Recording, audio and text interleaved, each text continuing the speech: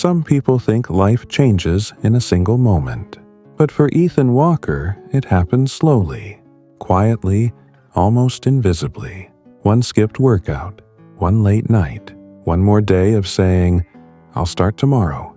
He didn't realize he wasn't just losing motivation, he was losing himself, until the day he heard a sentence that would rebuild everything he thought he had ruined.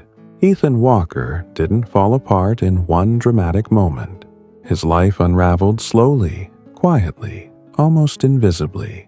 One skipped workout, one late night, one day of saying, "I'll start tomorrow." At 32, he had a decent job, a predictable apartment, and friends who cared. Yet something inside him felt hollow. He worked long hours, ate fast food lunches, and spent evenings scrolling endlessly through his phone. The weight of unfulfilled dreams and constant fatigue pressed on him every day. Everything came to a head during a performance review. His manager didn't raise his voice or point fingers. He only slid a piece of paper across the table and said, "You're capable, Ethan, but you stopped trying." Those words hit deeper than Ethan expected. Driving home that night in the rain, he caught his reflection in the rearview mirror. Puffy eyes, slumped shoulders, a man he barely recognized, and for the first time, he whispered to himself, "I'm losing myself." Weeks later, Ethan attended a mandatory company seminar. At first, he barely paid attention, expecting a boring presentation. But then a guest speaker began talking about habits. Not the motivational poster, kind, but the real science behind them. Cue, routine, reward, identity shaping. She told stories of companies turning around, athletes rebuilding their careers, and ordinary people reshaping their lives, all through habit loops. Then she said the line that changed Ethan forever. You don't rise to the level of your goals. You fall to the level of your systems. That night, Ethan didn't go to bed. He opened his laptop and started researching habit loops, keystone habits, and small routines that reshape identity. He realized the truth. His life wasn't failing because he lacked willpower or talent. It was failing because his systems were broken, and broken systems can be rebuilt. Ethan didn't try to transform everything at once. He started small. One tiny habit, placing his running shoes beside his bed. Day 1, step outside for 1 minute. Day 3, walk. Day 9, jog.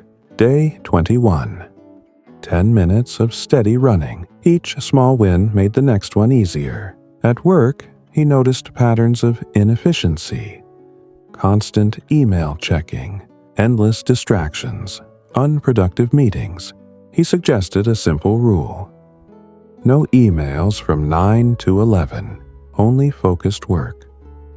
At first, his team resisted, but within weeks, productivity rose, stress decreased, and creativity increased. People began noticing Ethan's energy and presence changing, and he began noticing it too. Each small habit was quietly reshaping him from the inside out. Then November came like a storm. Deadlines piled up, stress soared, and old habits resurfaced. Ethan skipped runs, ate junk food, stayed up late scrolling his phone. The old version of him, tired and defeated, returned for a moment. He feared he had lost everything, but this time he understood something essential. Setbacks don't erase progress. They are part of it. He didn't start over. He restarted. Shoes by the bed. 1 minute outside. One small win. Slowly he came back. Little by little, the momentum returned. And this time, it wasn't just about habits. It was about identity. Each action, each repeated choice, was quietly rebuilding the man he wanted to become.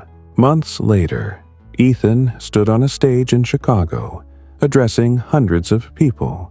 He shared his journey, the collapse, the spark, the systems, the setbacks, and the return. He told them how small habits quietly reshape identity and how anyone can rebuild their life one step at a time. After the talk, people lined up to thank him. "You gave me hope. You told my story. I needed this." That night, looking out over the city lights, Ethan realized the truth. Life isn't rebuilt through motivation or discipline alone. It's rebuilt through design. Tiny habits, repeated daily, reshape identity and future. He whispered to himself, "The power of habit isn't about being strong. It's about building systems that make strength inevitable." And he knew anyone could rebuild their life the same way. One small habit, one quiet decision, one new identity at a time. Change your habits, and you will change your story.